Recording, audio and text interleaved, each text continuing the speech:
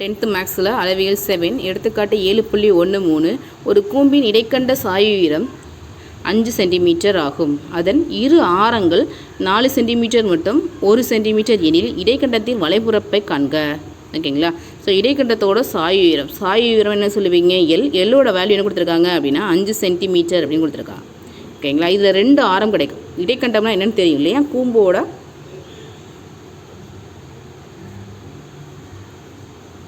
சாதாரண ஒரு வாளி மாதிரி இருக்கும் இல்லையா? இதை தான் இடைக்கண்டம்னு சொல்லுவோம் இல்லையா? இதில் இதோட சாய்வு உயரம், இது சாஞ்ச மாதிரி தானே இருக்குது. இதோட சாய்வு உயரம் 5 சென்டிமீட்டர்னு கொடுத்துட்டாங்க.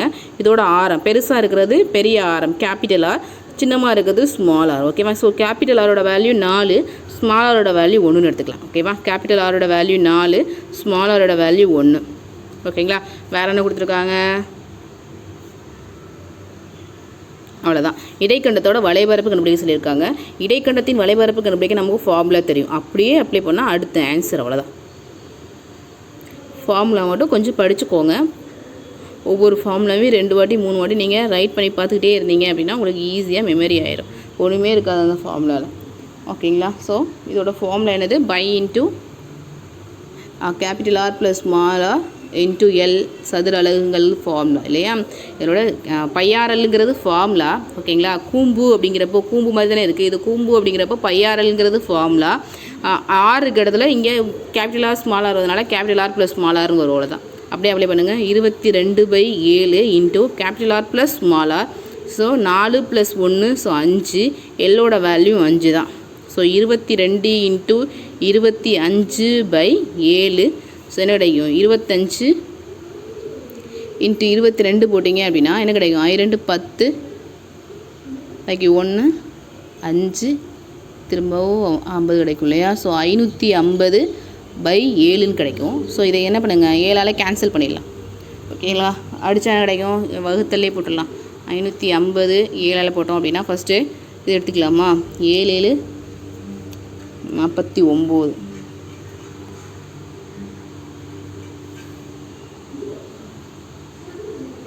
ஸோ 6 இந்த இங்கே இருக்கிற 0 தான் இறக்கியிருக்கோம். ஸோ இப்போ என்ன வேல்யூ கிடைக்கும் அப்படின்னா 56. 8 7 56. ஸோ பேலன்ஸ் வந்து என்ன கிடைக்கும் அப்படின்னா 4 கிடைக்கும். ஸோ பாயிண்ட் வச்சுட்டு 0 சேர்த்துக்கலாம். IL 35. ஓகேங்களா? ஸோ பேலன்ஸ் 5 கிடைக்கும். பாயிண்ட் இருக்கிறதுனால ஒரு 0 சேர்த்துக்கலாம். 7 7 49. ஸோ பேலன்ஸ் 1 கிடைக்கும். ஒரு 0 சேர்த்துக்கலாம். 1 7 7. ஓகேங்க. 2 டிஜிட் இருந்தால் போதும். 3 டிஜிட்டாக போட்டுக்குங்க. ஏன்னா சப்போஸ் இது 5க்கு மேலே இருந்துச்சு அப்படின்னா இதோட 1 இன்க்ரீஸ் ஆகிற மாதிரியும் அதுக்காக. ஓகேங்களா? ஸோ 78.57 சென்டிமீட்டரில் தான் கொடுத்துருந்தாங்க. So centimetre square. Therefore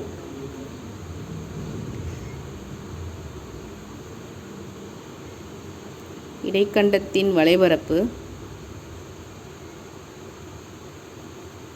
78.57 centimetre square. ஓகேங்களா? ஏதாவது டவுட் இருந்துச்சுன்னா கேளுங்க. வீடியோ பிடிச்சிருந்துச்சு அப்படின்னா சப்ஸ்கிரைப் போடுங்க. ஏதாவது டவுட் இருந்துச்சு அப்படின்னா கமெண்ட்டில் கொடுங்கப்பா. தேங்க்யூ.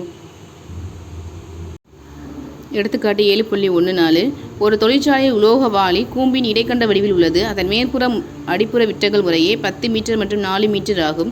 அதன் உயரம் 4 மீட்டர் எனில் இடைக்கண்டத்தின் வலைபரப்பு மற்றும் மொத்த புறப்பரப்பை காண்க. இதுதான் வாளி. ஓகேவா? சும்மா சாதாரணமாக ஒரு வாளி. தொழிற்சாலையை ஒரு உலோக வாளி யூஸ் பண்ணியிருக்காங்க. அதோட கூம்பு வடிவத்தோட இடைக்கண்ட வடிவத்தில் இருக்குன்னு சொல்லியிருக்காங்க. அதை மேற்புற மற்றும் அடிப்புற விட்டம். ஸோ மேற்புற விட்டம்னா இதை தான் சொல்லுவீங்க இல்லையா? ஸோ விட்டம் என்ன கொடுத்துருக்காங்க அப்படின்னா 10 மீட்டர். இதோட விட்டம் 4 மீட்டர்னு கொடுத்துருக்காங்க. நமக்கு தேவை ஆரம் தான். இது 10 அப்படின்னா இதோட வேல்யூ எவ்வளவு? 5. இது 4 அப்படின்னா இதோட வேல்யூ எவ்வளவு? 2. ஓகே. விட்டம் அப்படிங்கிறப்ப இது டோட்டலாக 10.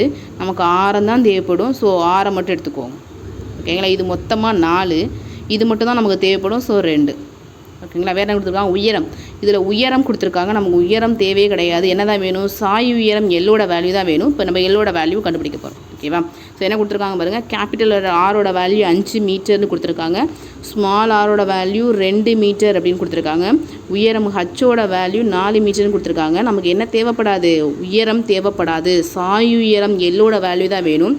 ஸோ எல்லோட வேல்யூ அப்படின்னா நீங்கள் H square plus R square தான் போடுவீங்க. ஆனால் H square plus capital R minus small R the whole ஸ்கொயருங்கிறது ஃபார்முலா எதுக்கு, இடைக்கண்டத்துக்கு மட்டும் எல்லோட வேல்யூ கண்டுபிடிக்கிறது இந்த ஃபார்முலா வந்துடும். ஓகேங்களா? ஸோ ஹச் ஸ்கொயர், ஹச்சோட வேல்யூ என்ன கொடுத்துருக்காங்க 4, ஸோ 16. இங்கே வந்து கேபிட்டல் ஆர்லேருந்து ஸ்மால் ஆரை கழித்து அப்புறம் தான் ஸ்கொயர் பண்ணணும். அப்போ இங்கே என்ன கிடைக்கும், 5லேருந்து நான் 2 போயிடுச்சு அப்படின்னா 5ல் 2 போயிடுச்சு அப்படின்னா என்ன கிடைக்கும் 3, 3 ஸ்கொயர் பண்ணால் என்ன கிடைக்கும் 9. அப்போ ஸ்கொயர் ரூட் ஆஃப் 25, 25 வெளியே எடுத்திங்கன்னா என்ன கிடைக்கும் அப்படின்னா 5. ஸோ எதோட வேல்யூ, எல்லோட வேல்யூ. ஓகேங்களா? ஸோ ஃபஸ்ட்டு என்ன வரும், இடைக்கண்டத்தின் வளைபரப்பு.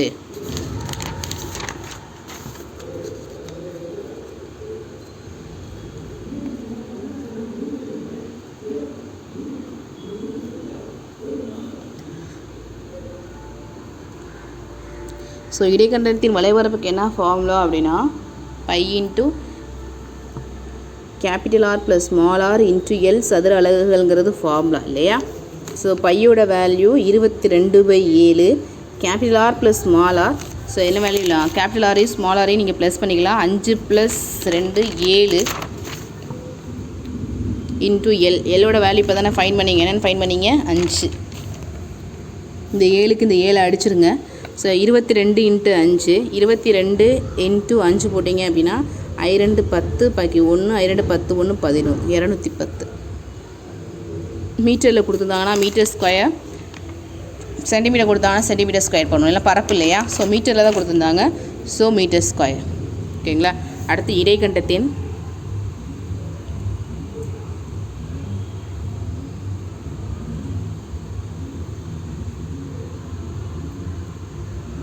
மொத்த புறப்பரப்பு. ஸோ என்ன ஃபார்முலாப்பா, மொத்த புறப்பரப்புனா pi into capital R plus small R into L plus pi capital R square plus pi small R square அப்படிங்கிறது ஃபார்முலா.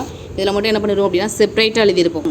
அந்த இடைக்கண்டத்தின் மொத்த புறப்பரப்பு அப்படின்னு கேட்கும்போது நம்ம என்ன பண்ணுவோம் அப்படின்னா இந்த ஒரு ஃபார்முலா மட்டும் கொஞ்சம் சேஞ்சஸாக இருக்கும் இல்லையா? அதாவது என்ன பண்ணுங்க அப்படின்னா வளைபரப்பு ப்ளஸ் மேலே இருக்கக்கூடிய வட்டம் இருக்கு இல்லையா, அதோட பரப்பு, வட்டத்தின் பரப்பு என்னது பைஆர் ஸ்கொயர், கீழே இருக்க வட்டம் வந்து அதுக்கும் பைஆர் ஸ்கொயர், இது கேபிட்டல் ஆகுதுல கேபிட்டல் ஆர் ஸ்கொயர், இது ஸ்மால் ஆர் ஸ்கொயர், அப்படி தான் வரும், வேறு ஒன்றும் இல்லை. ஓகேங்களா? இது மட்டும் இந்த ஃபார்முலா மட்டும் கொஞ்சம் டிஃபராக இருக்கும். இது மேப் பண்ண பண்ணிக்கிங்க. பை இன்ட்டு வளைபரப்பு ப்ளஸ் மேலே இருக்க வட்டத்தோட பரப்பு ப்ளஸ் கீழே இருக்க அடிப்பரப்பு, கீழே இருக்க வட்டத்தோட பரப்பு, இதுதான். ஓகேங்களா? ஸோ இப்போ இதோட வேல்யூ நம்ம ஆல்ரெடி கண்டுபிடிச்சிருக்கோம் 210ன்னு. இந்த வேல்யூ போட்டும் நீங்கள் போடலாம், இல்லை அப்படின்னா தனித்தனியாக வேணாம் ஸ்ட்ரைட்டாகவே போட்டுக்கிறேன் அப்படின்னா அப்படியும் போடலாம். நான் என்ன பண்ணுறேன் அப்படின்னா அப்படியே அப்ளை பண்ணுறேன். பை இருக்கு இல்லையா? ஸோ அதனால் பையை காமனாக எடுத்துக்கிறேன். ஸோ 22/7ங்கிறத காமனாக வச்சுக்கிறேன். இதுலேயும் பை இருக்குது, இதுலேயும் பை இருக்குது, இதுலேயும் பை இருக்குது. ஸோ பையை நான் காமனாக வச்சுக்கிறேன்.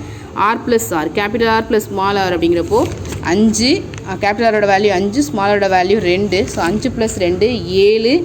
ஓகேங்களா? இன்ட்டு எல்லோட வேல்யூ என்னது அப்படின்னா 5. ஓகேங்களா? அடுத்து ப்ளஸ் பையை காமன் எடுத்துட்டேன். கேபிட்டல் ஆரை ஸ்கொயர் பண்ணணும். கேபிட்டல் ஆரோட வேல்யூ 5 தான். 5 ஸ்கொயர் பண்ணான்னு கிடைக்கும் 25. அடுத்து ஸ்மால் ஆரோட வேல்யூ 2, 2 ஸ்கொயர் பண்ண கிடைக்கும் 4. ஓகேங்களா? இது டவுட் இல்லையே. இதுலேருந்து பையை எடுத்துட்டேன், இதுலேயும் பையை எடுத்துட்டேன், இதுலேயும் பையை எடுத்துட்டேன். பையை காமனாக வெளியில் எடுத்து 22/7ன்னு போட்டேன். ஸோ பேலன்ஸ் என்ன இருக்கும், capital R plus small R into L. So capital value 5 + 2 7 into எல்லோட வேல்யூ 5ன்னு போட்டிருக்கேன். இதில் பையை காமன் எடுத்துட்டேன். ஸோ ஆர் மட்டும்தான் இருக்கும். ஆரோட வேல்யூ 5, 5 ஸ்கொயர் பண்ணால் 25. இதில் பையை காமன் எடுத்து வெளியில் 22/7ன்னு போட்டேன். இதில் ஸ்மால் ஆர் மட்டும் இருக்கும். ஸ்மால் ஆரோட வேல்யூ 2, 2 ஸ்கொயர் பண்ணால் 4.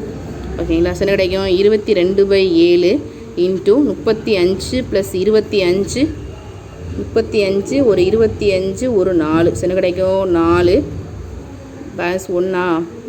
ஸோ 5 + 1 6, 64. ஓகேங்களா?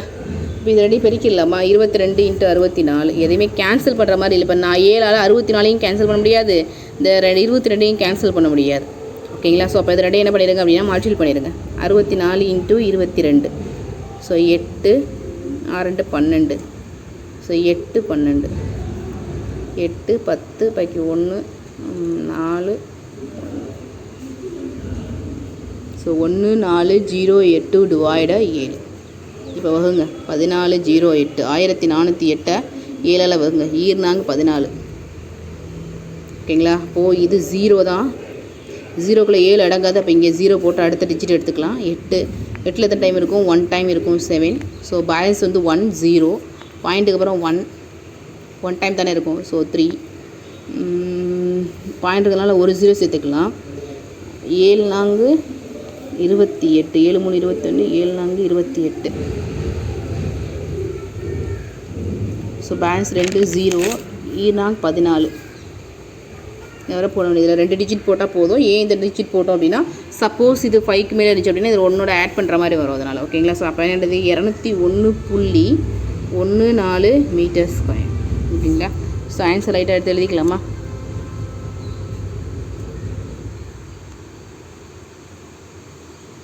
ஸோ இடைக்கண்டத்தின் வளைபரப்பு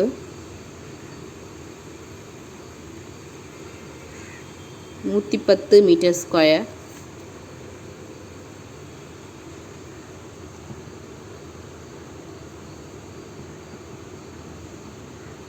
இடைக்கண்டத்தின் மொத்த புறப்பரப்பு 201.41 மீட்டர் ஸ்கொயர். இந்த ஸ்கொயர் போடுறது ரொம்ப இம்பார்ட்டன்ட்மா. இல்லைன்னா சதுர அலகுகள் சதுர மீட்டர்னு போடணும். நீங்கள் ஸ்கொயரே போட்டுக்கிட்டே வாங்க, மறந்துடக்கூடாது. ஓகேங்களா? வலைபரப்பு அப்படிங்கிறப்போ வலைபரப்பு, மொத்த புறப்பரப்பு, பரப்பு அப்படிங்கிறப்பயுமே எல்லாம் ஸ்கொயர் வந்துடும். உயரம் ஆரம் கண்டுபிடிக்கும் போது மீட்டரில் கொடுத்து தான் மீட்டர், சென்டிமீட்டர் கொடுத்து தான் சென்டிமீட்டர் அப்படின்னு நோட் பண்ணணும். ஓகேங்களா? ஏதாவது டவுட் இருந்துச்சுன்னா கேளுங்க. வீடியோ பிடிச்சிருச்சு அப்படின்னா ஒரு சப்ஸ்கிரைப் பண்ணி விடுங்க. ஓகேங்களா? தேங்க்யூ.